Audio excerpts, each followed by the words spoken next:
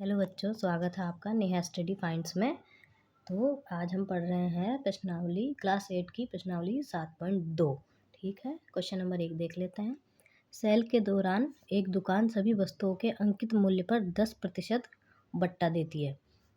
1450 रुपये अंकित मूल्य वाला एक जीन्स और 2 कमीजें, जिनमें से प्रत्येक का अंकित मूल्य कितना है? 850 रुपये है।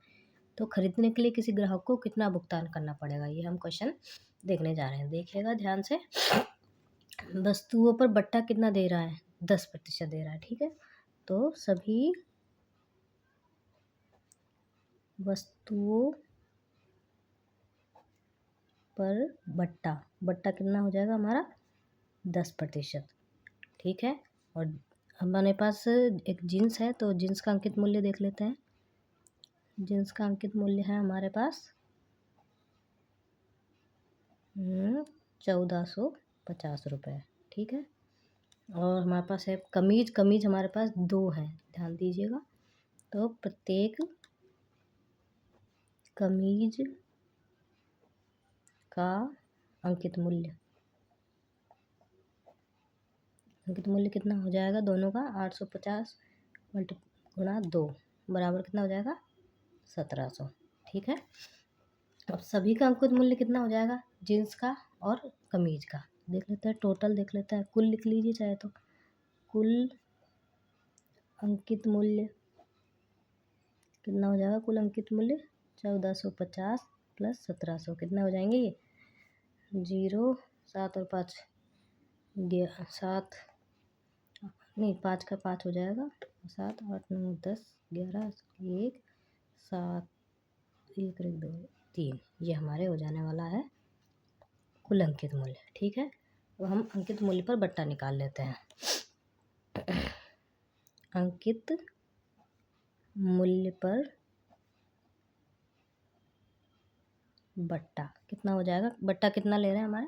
10%। 10/100 गुणा 3150। ठीक है, काटना चाहे तो काट सकते हैं। 1 0 से 1 0 ही गया, 1 0 से 1 0, कुछ करने की जरूरत नहीं। 315 रुपये हमारे पास अंकित मूल्य पर बट्टा आया है। ठीक है, तो अब हमसे पूछा गया है कि ग्राहक को कितने रुपए का भुगतान करना पड़ेगा। तो ग्राहक की भुगतान राशि निकालनी पड़ेगी हमें। ग्राहक द्वारा भुगतान की गई राशि निकाल लेंगे। कितनी हो जाएगी? जो टोटल राशि हमारी आई थी, कितनी आई थी? 3150 में से हम 315 घटा देंगे तो कितना आ जाएगा ये हमारा? 5 3 8 बस गया 2। ठीक है, तो हमारा ग्राहक को कितनी राशि देनी पड़ेगी? 2835 रुपये। ठीक है, नेक्स्ट क्वेश्चन देख लेते हैं क्या है। एक टेलीविज़न का मूल्य 13,000 रुपये है। इस पर 12% की दर से बिक्री कर वसूला जाता है। यदि विनोद इस टेलीविज़न को खरीदता है तो उसके द्वारा भुगतान की गई राशि ज्ञात कीजिए। ठीक है, टीवी को खरीद रहा है तो उसका क्या हो जाएगा? टीवी का क्रय मूल्य हो जाएगा। टीवी का क्रय मूल्य कितना हो जाएगा? हमारे पास यहाँ दिया हुआ है हमें क्वेश्चन में 13,000 रुपये। ठीक है, बिक्री की दर क्या बताई हुई है? बिक्री की दर हमें बताई हुई है 12%। ठीक है, तो हम इसके ऊपर एक तो कर राशि निकाल लेते हैं कि कर कितना लग रहा है इस पर। कर राशि निकालने के लिए 13,000 गुणा में 12%, का चिन्ह हटाएंगे तो नीचे 100 आ जाएगा। 2 0 से 2 0 गई, इनको गुणा करेंगे तो कितना आ जाएगा? 0 12 36, 3 हासिल का बचा, 12 का 12 13 14 और 1 15 रुपये। ठीक है, ये हमारे पास क्या आ गया? बिक्री की कर राशि आ गई है। तो अब हमें क्या निकालना है? कुल राशि निकालनी है। ठीक, कुल राशि निकाल लेते हैं। कुल राशि कितनी हो जाएगी हमारे पास? क्रय मूल्य प्लस कर राशि, ये हमारी क्या है? टोटल राशि है। तो कुल राशि कितनी होगी देखना, 13,000 प्लस 1560, ये हमारे पास आई थी। तो कितना हो जाएगा? इनको दोनों को जोड़ेंगे तो 1 0 6 5 4 और ये 1, ये हमारे पास क्या हो जाने वाली है, कुल राशि। ठीक है, नेक्स्ट क्वेश्चन देखते हैं। अरुण एक जोड़ी स्केट जानते हैं, गोल पैर वाले जूते जो पहन के चला जाता है, किसी सेल से खरीद कर लाया है, जिस पर दिए गए बट्टे की दर कितनी है, 20% थी। यदि उसके द्वारा भुगतान की गई राशि 1600 रुपये है तो अंकित मूल्य ज्ञात करना है। ठीक है, देख लेते हैं हम इस क्वेश्चन को। बट्टे की दर कितनी दी हुई है हमें, क्वेश्चन में 20% दी हुई है। तो पहले देख लेते हैं बट्टे की दर कितनी है। बट्टे की दर हमारे पास है 20%, और जो कितने रुपए में उसे, विक्रय मूल्य कितना है इसका, विक्रय मूल्य हमारे पास है 1600 रुपये। ठीक है, तो विक्रय मूल्य बराबर क्या हो जाएगा यहाँ पे, 100 माइनस बट्टे की दर बटे में 100 गुणा अंकित मूल्य। ठीक है, अंकित मूल्य हमें अभी पता नहीं, चाहे तो आप एक्स मान सकते हैं इसको। विक्रय मूल्य कितना दिया हुआ है हमको, 1600 रुपये दिया हुआ है, बराबर। तो ऐसे कैसे एज इट इज उतार देंगे। बट्टे की दर कितनी थी हमारे पास, बट्टे की दर हमने निकाली क्या, नहीं 20% ही थी हमारे पास, 20 बटे में प्रतिशत हटाएंगे, नीचे 100 आ जाएगा हमारे पास। अंकित मूल्य चाहे तो इसे एक्स मान लेते हैं। ठीक है, यहाँ मान लें, अपन ऊपर नहीं माना, लिख लेते हैं अंकित मूल्य एक्स है। ठीक है, इसको सॉल्व करेंगे, ये 1600 गुणा हो जाएगा यहाँ जाके, बराबर यहाँ बच जाएगा, 100 में से 20 जाएगा तो 80 बटा 100 तो हो गया आपने, 80x, इससे गुणा हो जाएगा 80x। ठीक है, अब x की वैल्यू यहाँ से निकालेंगे, ये इसके नीचे चला जाएगा, 1600 गुणा 100 बटे में 80, इसको काट लेते हैं, ये 2 चौक 8, 2 पंजे का 10, 4 चौक 16 और ये 400 हमारे पास पूरा कट गया। ये बचे हैं हमारे पास x बराबर बचा हमारे पास 400 गुणा 5, तो कितना आ जाएगा x की वैल्यू हमारे पास, अंकित मूल्य कितना आ जाएगा, 0 5 चौक 20, तो 2000 रुपये क्या है यहाँ पर अंकित, अरे आपको दिखाई नहीं, सॉरी, 2000 रुपये यहाँ पे क्या है, अंकित मूल्य। ठीक है, नेक्स्ट क्वेश्चन देख लेते हैं। मैंने एक हेयर ड्रायर 8% वेट सहित 5400 रुपये में ख़रीदा, वेट को जोड़ने से पहले का उसका मूल्य निकालना है। ठीक है, देखते हैं इसका क्या हो जाएगा। पहले तो हम लिख लेते हैं हमें क्या क्या दिया हुआ है। ठीक है, क्रय मूल्य हमें दिया हुआ है इस क्वेश्चन में, क्रय मूल्य हमारा कितना है, 5400 रुपये क्रय मूल्य हमारा। तो हेयर ड्रायर का अंकित मूल्य हमको ज्ञात करना है, वेट को जोड़ने से पहले उसका मूल्य ज्ञात करना है, तो अंकित मूल्य मान लेते हैं, माना हेयर ड्रायर का अंकित मूल्य कितना हो जाएगा, एक्स मान लेते हैं, वेट राशि निकाल लेते हैं, वेट राशि कितनी हो जाएगी अपने पास, x गुणा 8 बटे में 100, तो ये हो जाएगी हमारे पास 8x बटे में 100।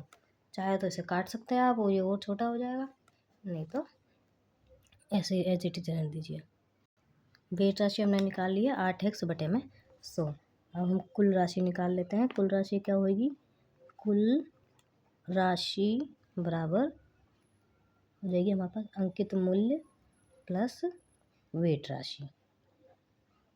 ठीक है, कुल राशि हमारे पास दी हुई है 5400 में से कर देते हैं, एक्स अंकित मूल्य हमने माना था, इसके नीचे कुछ नहीं है, एक मान लेते हैं, प्लस 8x बटे में 100। ठीक है, 5400 को एज इट इज रहने देते हैं, बराबर इसका लेसे लेंगे 100 एकम 100x प्लस 100 एकम 100 8x। ठीक है, इसको कर लेते हैं, 5400 को गुना हो जाएगा इसमें 100 से, बराबर इधर रह जाएगा 100 और 8 कितना हो जाएगा 108x। ठीक है, x यहाँ रह जाएगा अकेला, और ये 5400 गुणा 100 बटे में हमारे पास आ जाएगा 108। ठीक है, देख लेते हैं नेक्स्ट, इसको सॉल्व करना है हमें,